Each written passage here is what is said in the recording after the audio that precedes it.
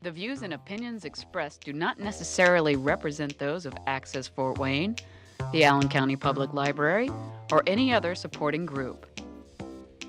Get involved with Access Fort Wayne and make your own television programming. Call 421-1250 to find out more. Let's change the game. Look beyond the surface. Open up your heart, your mind, and soul. It's time to raise the lines. Ethnic, gender, color. No suppression, no boundaries, no limits, just music. Forget what you think you know about me. Just imagine life without me.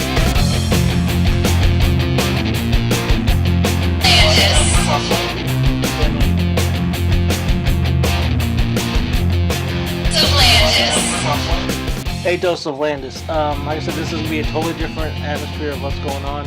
Thank you to the Danger Zone girls. It's going to be my permanent. You're watching a dose of Landis. Awesome. It's going to be awesome as hell.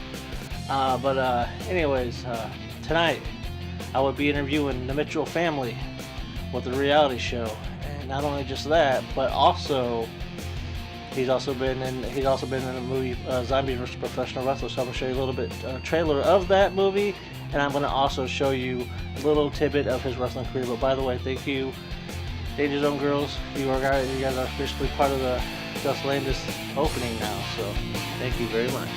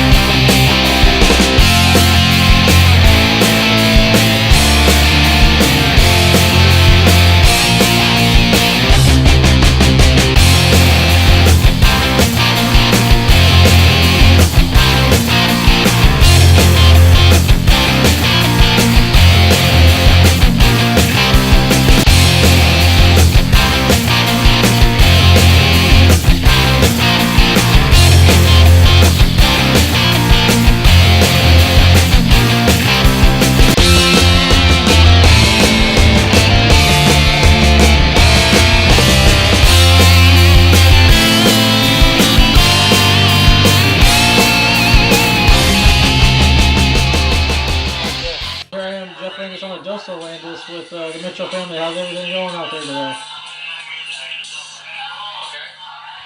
Not too bad.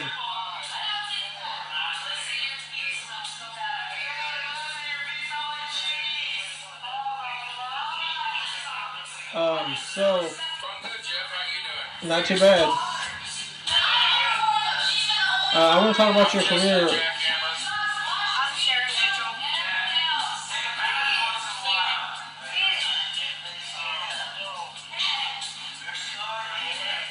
Well, your wrestling career and how it turned into acting, or how it came about with just in general. So, I started. What you want to talk about? My acting career or my wrestling career? I'm going to tell you anything. Okay. Well, I started the wrestling business back when I was 24 years old. I've always wanted to be a professional wrestler. My stepdad would always sneak around. My stepdad would always go to WWF, do the rough arena, and be security guard. I would always sneak around in Mom's house and go watch wrestling. You know, they could always have their live events and stuff like that, and played on TV. And Mom would always say, "Jesse, you better not be watching that wrestling." I said, "I'm not, Mom." So as I got older and was more mature, I grew up, and I got a buddy of mine. He works at a local mall and toy store, and I said, "Hey, I want to become a professional wrestler." And he says, "Well, there's a guy that works upstairs at a shirt stand that makes t-shirts. You can go up there and talk to him. You can go up there and talk to him." So he told me his name and stuff. I went up there to talk to the guy, and as I did, and I was kind of nervous. But like 3 or 4 times I went up there and tried to talk to him, and the third time I actually broke ice and told him, "Hey, I want Al." I said, "Hey, Al," I said, and I introduced myself. I said, "Hey, my name is Jesus." I said, "I want to become a professional wrestler." Well, at the time he was working, he was meeting me on the city bus at 9:30. So I got on I hang around town to 9:30, got on the city bus, and because this is an out-of-town city bus, and I was sitting in the front seat, he was coming on, so I didn't want to bother him, because, he'd been working all day. He yelled at me, he goes, "Hey, come on back here." I came back there, he goes, "So you want to become a professional wrestler?" I said, "Yes, I did." He goes, "Why do you want to become a professional wrestler for?"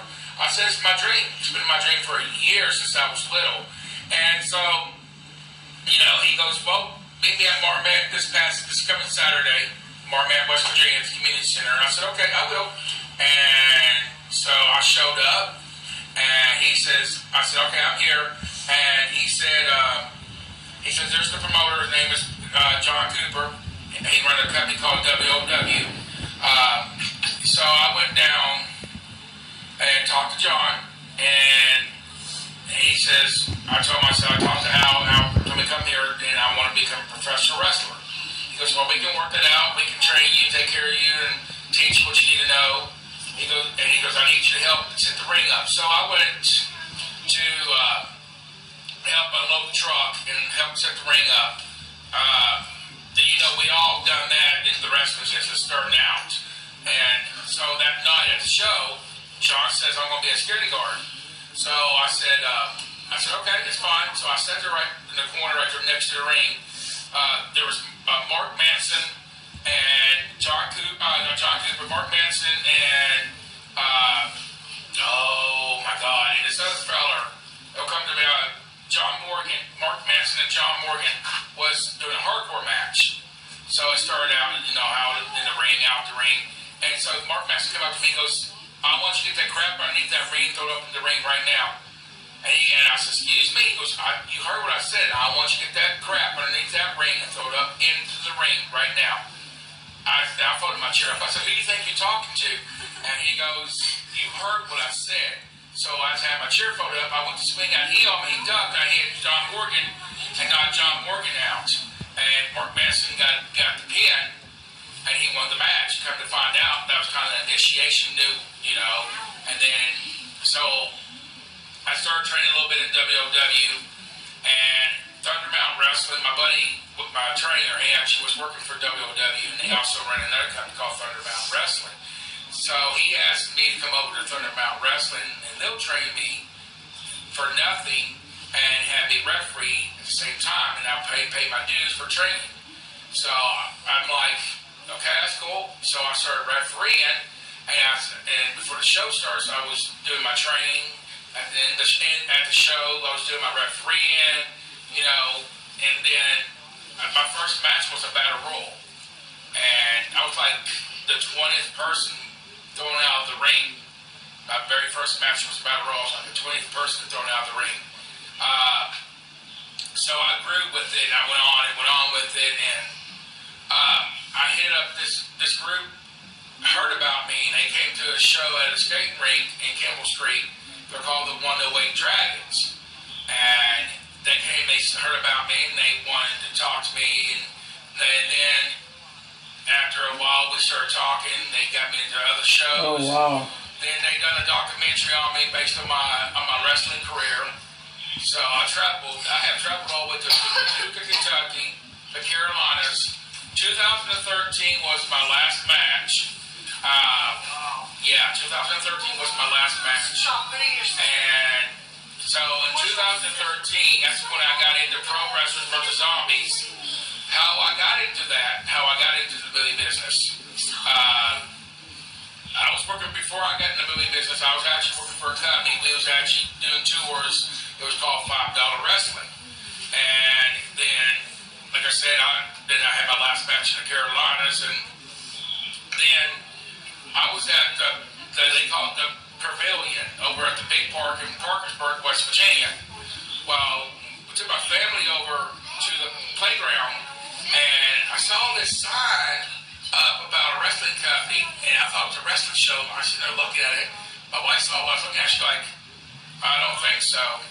Let's go now, you know, because I was, you know, out of it already, and because I took more time traveling my tour, and so I told my wife I had to go to the vehicle, and so I kind of snuck over to the pavilion, and I looked in the door, and first I saw Hacksaw, then I saw Shane Douglas, then I saw Roddy Piper, and the security guard was in the back door, and I said, pinch me, is this so? Is this true? And he pinched me, I'm like, ow! He goes, this is real. And, you know, it was bad, you know. And then he told the fans, hold on, because people were starting to gather, that they wanted pictures and stuff, autographs. So anyways, Hacksaw and Roddy Piper came out and started taking pictures and stuff. Then I started talking to Piper about old matches between old days when him and Hogan was going on, you know, when he was doing the lead pipe, the thing his leg he was doing.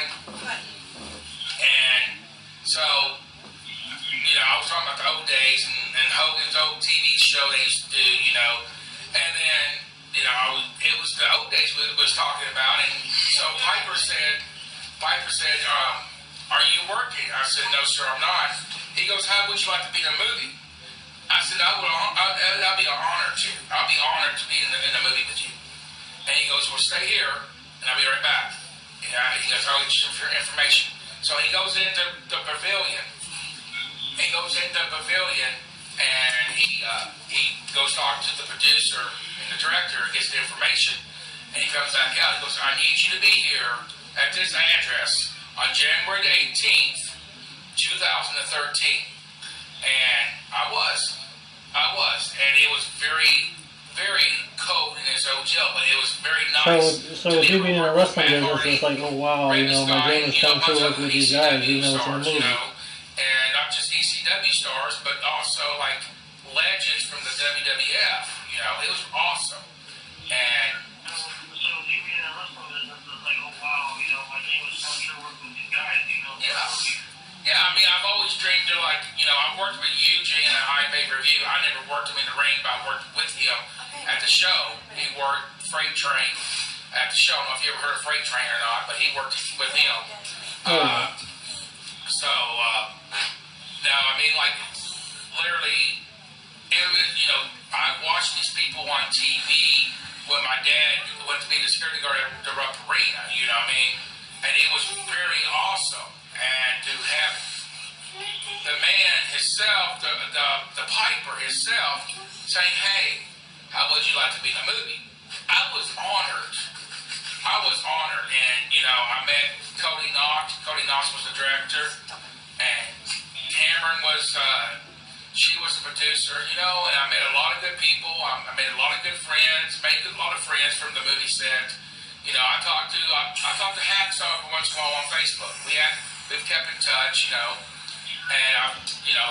sent my condolences to him because, I wasn't close to Piper, but it still hurt me because as a fan growing up watching him, but I still send my condolences to Hacksaw, and, because, like I said, we kept in touch, and then, like I said, in the Pro Wrestlers vs. Zombies, when the zombies come in, surround the ring, you'll see me in that trailer or the movie, I have a blue jacket on, and you'll see me in that heavy blue jacket. And then when they gather up and they do the football stance, let me tell you, when they do the football stance and over on the other side of the pavilion, and it's still inside on the other side of the ring, offside, let me tell you, that was crazy. We shot that at least, oh my God, I would say about 15 times or more. That was insane. And then when they had their actual band was playing, and the zombies come out to attack the band, I was in that scene. And there's a guy. Sweet, that's awesome.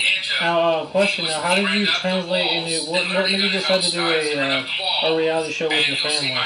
And before you do that with the family, could you introduce everybody to your family, like who they are individually?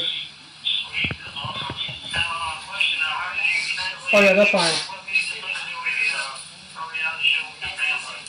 Well, I sure can. Yeah. Well, I was going to tell you about my second movie, if you don't care. I was in another movie called Resistance. I was a supportive pro. I was a city drunk. And then my buddy, Mike Walker, he was one of the brothers in the evil sister, and she cast a spell on me and turned me into a zombie guard. And, that was really awesome to do. Because Mike Walker has been in Texas Chainsaw Massacre. Oh yeah, I've heard of Stephen King. Been in a lot of movies, a lot of TV shows. And yeah, I think so. Yeah. And also, I was also in another movie, a very famous movie by a very famous person. You ever heard of Stephen King? I'm sure, right? All right, you ever heard of The Woman in the Room? I college actually got the rights to refilm this, so I was actually a patient in this movie. But let me tell you how the reality show started. There's a friend of mine, his name is Brian the Jackson Hammer. He runs a radio station off Blog Talk Radio, BRT 96.7. He came to me, he goes, on the radio station, he goes, Jesse the Jackhammer, I think you and your family should start a reality show. He goes, you got a beautiful family. I said, I'm going to talk to my wife. So I went to my wife. My wife says no because of all the perverts out here in the world. And I told Brian, I said, Brian, my wife says no. He says, put her on the phone. So I put her on the phone, and he started talking to shit. I don't know. It was, you got a beautiful family. You should show the world how beautiful your family is. I heard this conversation. I walked in the room. I said, he's right. We got 3 beautiful children, has a beautiful talent, and we need to show their talent, all 3 of their talents. I have a 12-year-old has a beautiful talent that she loves to sing. I have a 9-year-old. She loves her art. And, she is an artist. This is an artist that she's going to have her own gallery to put her own art up in the community. And I have a son that likes to do bottle flipping, likes to do frisbee, basketball, football, you name it, he loves it. And he does really awesome with it. This is why we do a reality show to show our kids' talent, but not just show the kids' talent. We want to show the kids' talent. We want to get it out to the world because I want my daughter to become a singer. I want my son to become a professional sportsman. I I want my other daughter to come to professional art. But also encourage other people too in the world. Hey, you have a beautiful family out here. Show your family. Start your own reality show. You know what I'm saying? So I have a friend in Tennessee. Yeah, I used to have one time called Outlandish all the time. Her grandkids. I mean, it was awesome that us inspiring people to start their own reality show, showing people there's nothing wrong with it. You know what I'm saying? So, and so I'm going to introduce my wife here. I'm going to introduce my son. My son's name's Ruby, R-U-E-Y.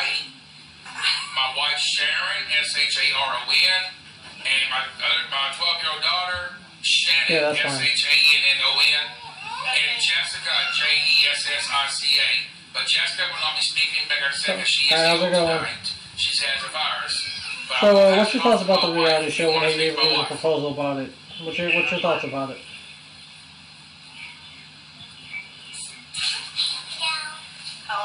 Do you take it as good memories as well? Because I mean, like I said, I used to do reality as well with the reality TV. You know, spending time with the family. You also see that that's good as too, having all these pre-recorded.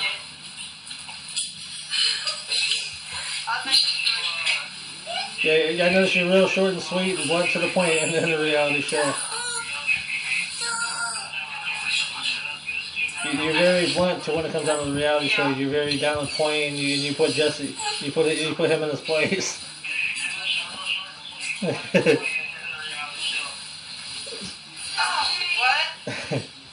So, where would you like to see the reality show go in a couple of years?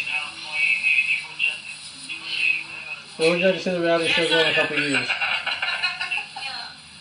Yes, I do. Sweet. Now, I talk to some of your kids, ask them what their names are and what they like about the reality show. Around the world and on TV and stuff. Okay, I talked to the other kids and asked them those same questions I asked the mother. Yeah. So, what do you enjoy about the reality show? I mean, seeing a brand new difference of everything. Repeat your question. Like, what's your thoughts about it? Shannon, she's 12. That's okay. What's your question about the reality? How do you feel about the reality show? Oh, okay.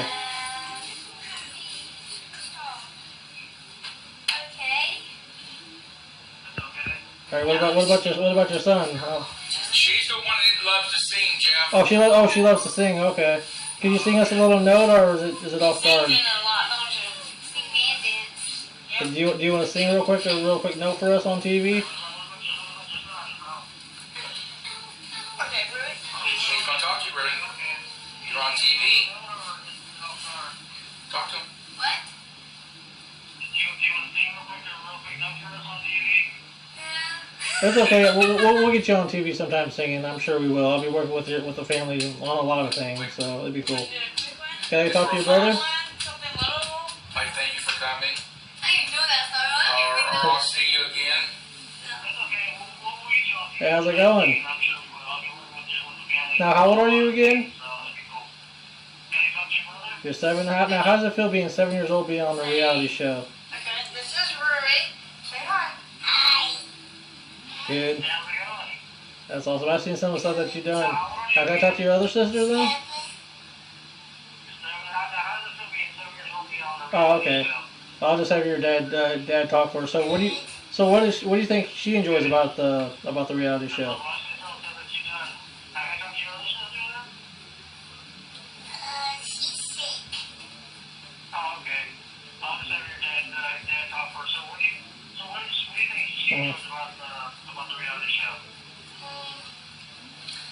She loves to show her art. She loves to get her art out there, show it to the community. Every Wednesday and Saturday, we're on this show called The Editor TV, and she's already done 2 part 2s of the live art show on The Editor TV Saturday. She will be doing a part 3, that final finale of the part 3 of the live art show on the TV that's coming Saturday if she's feeling better.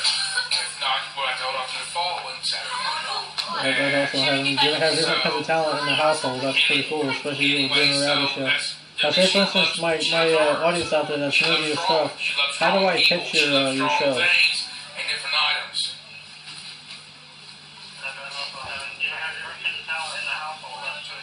Yes. Yes. That's fine.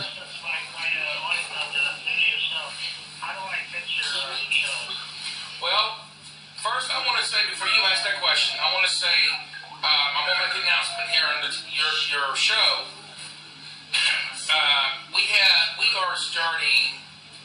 We are starting to build a team on the Mitchell Family Reality Show.